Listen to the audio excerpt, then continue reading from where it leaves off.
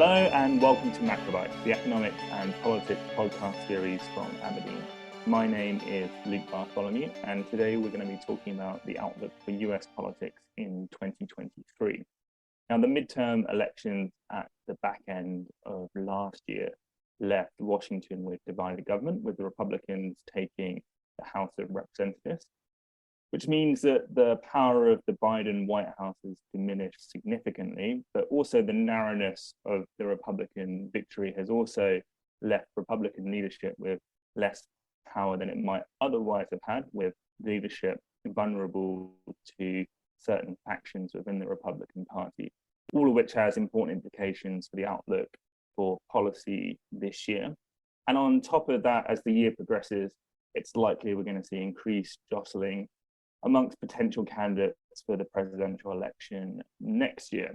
So there is a lot to talk about in terms of the US political outlook, and therefore I'm delighted to say I am joined today by Lizzy Galbraith, political economist at Aberdeen. So Lizzy, thanks very much for joining us. Probably a good place to start is with a review of those midterm elections, given how important those are in shaping the political outlook for this year. So perhaps you can give us a sense of who you thought were the big winners and losers of those elections.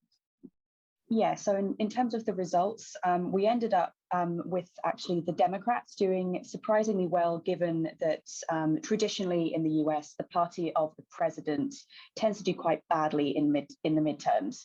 So based on historical expectations, they actually ended up doing pretty well and outperforming historical norms. The Democrats only lost 9 House seats, which did result in them losing the House, but it was significantly less than the historical average since World War II of a loss of 26 seats for the party of the president. The Democrats actually ended up picking up a Senate seat as well, retaining control of the Senate, although they have since technically lost a seat as one of the Democrat senators has decided to become independent, although she still caucuses with the Democrats. So in terms of what the outcome is, the Democrats retained control of the Senate, but crucially have lost the House with quite a narrow margin. That does mean that one of the big winners coming out of the elections is actually Biden himself. Expectations going into the election were pretty low. He wasn't polling amazingly well, and there were lots of speculation about whether or not he was going to be able to run for a second term. What the result means is that he's had seen a bit of a poll bump, although he's had a bit of a rocky start to 2023. But broadly, what we're going to see is that Biden's going to be able to decide whether or not he runs for re-election on his own terms, without pressure from kind of outside political forces making that decision for him. We also saw Republican Florida Governor Ron DeSantis have a very good election cycle as well. He massively improved his own re-election on his first term, and he is in pole position to challenge Donald Trump for the Republican nomination for presidency in 2024, which does bring us on to Trump, who has to be the person that was one of the bigger losers from the midterm elections. Most of his endorsed candidates didn't do particularly well, and there was definitely an issue with candidate quality that really dragged on the Republican fortunes in this election, that has been associated with some of the decisions that he's made and some of the conspiracy theories that he's pushed, particularly with regards to the outcome of the election in 2021. Thanks, Lizzy. So in that period after the midterms and before the new Congress that had just been elected was signed in, we had this so-called lame duck session where the previous Congress people were sort of still sitting and awaiting the new Congress to come in early this year. So was there anything important legislation was passed in that time, or were there any sort of important lessons for us to draw during that period? Yeah, so the big thing that happened in the lame duck was the passage of actually quite a big spending bill for 2023. So it's not normal that you'd get a budget passed in the lame duck, but it's sort of been punted down the road in the autumn, which meant that it was a bit of a must pass for Congress in the lame duck session. What we saw from that is that the Republican leadership in the House and the Senate actually differ quite strongly on strategy, and we are seeing some quite significant policy gaps opening up as well. So we saw the Republican leader in the Senate, Mitch McConnell, actually prioritize stability a lot more, and sort of demonstrating that Republicans can be sort of competent governors when they do actually have the power to change things. So the Senate Republicans were much more focused on actually passing legislation in the lame duck, working on a bipartisan basis with the Senate Democrats. Whereas in the House, what you saw is the then presumptive speaker, Kevin McCarthy, was actually pressuring for the decision to actually be kicked into January, when the Republicans would have assumed a majority in the House, and they'd have been able to exact more spending concessions in theory from the Democrats. So the focus on House strategy was much more about sort of confrontation with the Democrats rather than a bipartisan working arrangement. And what we saw is that McConnell, in part because he was concerned about the volatility of the Republican-controlled House when it was sworn in, actually decided to go with the more kind of stable option, which was the passage of a bipartisan bill in the lame duck, rather than withhold votes and kick it into January. So what we got was a $1.6 trillion government funding bill for 2023, with a very big increase in both defense and non-defense spending. So when we get on later to talk about Republican strategies for 2023, there are some big numbers that we see in the government funding package that don't necessarily align well with what some Republicans want to see going forwards. So Kevin McCarthy, who you described during that lame duck as the presumptive speaker, has indeed become speaker, but the process of him becoming so involved an extremely public struggle with his party and multiple rounds of voting and opposition. So why did he face that degree of opposition? And is there sort of an important lesson from that? And then what ended that opposition and what allowed him to eventually become speaker? Yeah, so we saw a fairly extraordinary election of the speaker, in that a lot of the drama around sort of wrangling of votes actually played out literally in front of the cameras rather than behind closed doors. And we saw kind of multiple speakers' votes, and McCarthy was eventually elected on the 15th ballot, which is not entirely unprecedented, but fairly unprecedented for modern speakers' votes, at least. What happened was you essentially had a group of 20 Republicans that were very strongly opposed to essentially the concept of Kevin McCarthy, rather than his sort of political allegiances. It's what you tend to get is this group mostly being described as sort of fairly anti-establishment, viewing McCarthy as an establishment figure who has sort of been around Washington and Washington sort of lobbyists, fundraisers for quite a long time. And what they wanted was someone who was unattached to what they saw as sort of vested interests in Washington. The problem was that although all of these people had quite strong criticism of McCarthy and what they felt he represented, they couldn't agree on alternative candidates, even amongst themselves, and their various sort of choices for candidate never really gained any traction with the wider Republican Party. So it was although it was a fairly successful blocking movement, it didn't really have any legs to actually change the outcome of the speaker's vote. So we saw McCarthy successfully sort of peel them off towards the end of that voting process with various concessions. But essentially what that means going forwards is that we're going to see roughly 10% of House Republicans continue to employ these blocking tactics to increase their influence over the future political direction of the House. And that's going to be really important going forwards. Well, let's be a little bit more specific then in terms of those areas where those tactics will be of importance. And I guess perhaps the most pressing right now is the question of the debt ceiling and how Congress will go about raising that and what the opposition in the Republican Party means around that. But then also any other issues where you think this sort of Republican tactics might have important implications for specific policy areas as well. Yeah, so the Treasury is going to start deploying emergency measures on the 19th of January to kind of to make sure that Congress can continue to, well, the government can continue to pay its debt obligations. At the moment, the Treasury Secretary, Janet Yellen, is estimating that the ex-date, the point at which those emergency measures will run out, will be no later than early June. And that means that we're going to have to Congress is going to have to find a solution to raising the debt ceiling before that ex-date happens. This has traditionally been an area where a political makeup like it is now, so a Democrats-led president with a small House Republican majority, this tends to be the sort of the recipe where you get sort of brinkmanship around the debt ceiling as Republicans look to sort of leverage the debt ceiling to gain concessions on spending. That's very likely what we're going to see this time as well, and that we're going to see those brinkmanship tactics that this group of House Republicans employed in the Speaker's election sort of come back into the fore around the debt ceiling negotiations as well. So it's quite likely that we'll see those negotiations go down to the wire, and that in the interim, we're going to see quite a lot of noise and quite a lot of, on both sides, policy proposals that just won't be able to gain bipartisan support.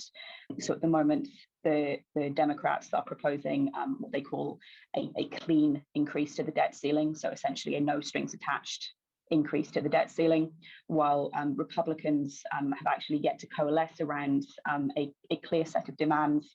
But varying demands have included things like capping the government budget at 2022 levels, ensuring that government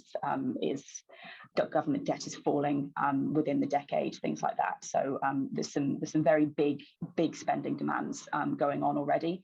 We'll see that narrow towards the ex-date, but it's still likely to go to the wire as you see those more right-leaning Republicans sort of hold out on bipartisan consensus to try and get some additional funding cuts from the Democrats in the final days of the debt ceiling negotiations. So one of the things you hear some people talking about as a way in which the debt ceiling issue can be avoided, and I'm not so sure how seriously they're talking, but this sort of rather funky idea of Treasury minting a $1 trillion coin and then depositing that at the Fed and then getting financing against that. I mean, just for the record, how seriously should we take those kind of proposals? I think they can be pretty conclusively dismissed at this stage. I mean, the White House has said that it's not something that it's considering, and certainly given the Democrats in the Senate, those actually kind of hold the power to pass the vote. So those two names you hear quite often, Joe Manchin being one of them, and they only tend to pass legislation when it has bipartisan support. So the idea of the government essentially circumventing a bipartisan process with a proposal like that would be deeply unpopular and would probably have quite significant political consequences. So I think it would never be anything other than an absolute sort of last-ditch effort to avoid something kind of truly calamitous. But the White House has said that is off the table, and it's going to be a debt ceiling raised by traditional means only, while that option is still available to them. Okay, so I think that pretty conclusively puts that issue to bed, at least for now.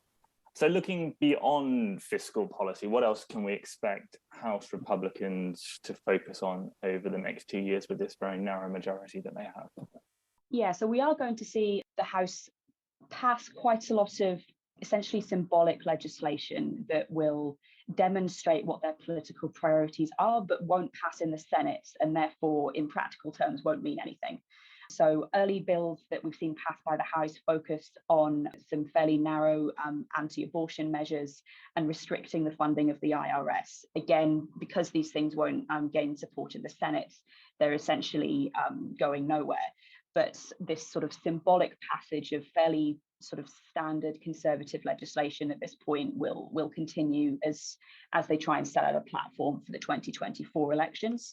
We're also going to see them prioritize lots of committee investigations. So it will surprise no one who kind of spends time listening to Republicans that investigations into Hunter Biden are extremely likely to happen. Investigations into Joe Biden himself are also quite likely as well. And again, it's a way of Republicans sort of finding a platform that sets out their political agenda ahead of the next electoral cycle. One thing that we will see as well is that Republicans are quite likely to launch investigations into the use of ESG standards by investors as well. So the Republican leader of the House Financial Services Committee has confirmed that he's going to be focusing on oversight of the new SEC climate disclosure rule, part of his tenure over the next 2 years. So climate disclosure and ESG in investing is also something that we can expect House Republicans to focus on going forward as well. Although, as I said, it's at this point, it's symbolic due to the Democrat-controlled Senate. Now, this being American politics, having just got through the midterms already pretty quickly, attention is starting to turn, as you say there, to the next electoral cycle, and indeed the big one of the presidential election race in 2024.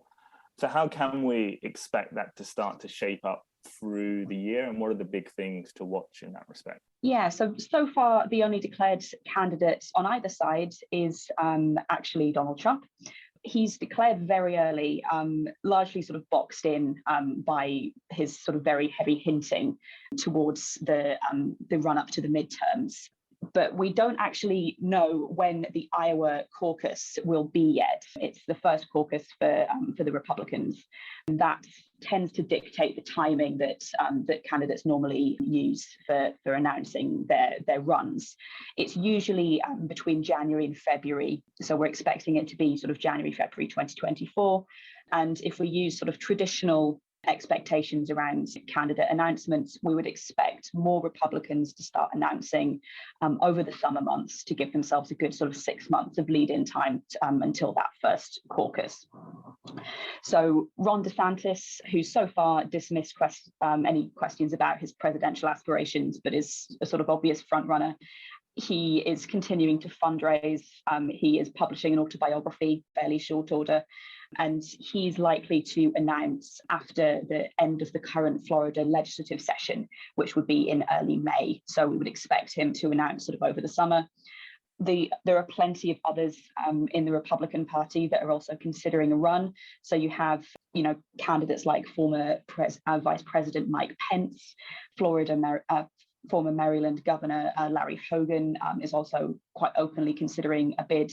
And you do also have other former Trump appointees like Mike Pompeo and Nikki Haley are also exploring bids, as well as some sitting governors like Texas Governor Greg Abbott as well. So it's all shaping up to be quite a crowded field on the Republican side.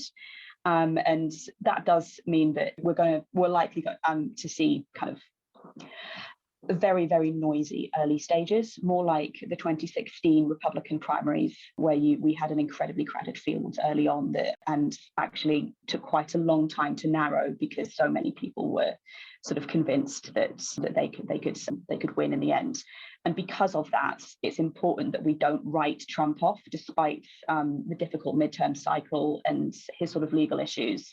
He is still polling quite well within the Republican Party, and lots of the outcome of the Republican primary is likely to depend on his sort of general engagement with the primary process this time around, as well as just how many of these prospective candidates actually do decide to run.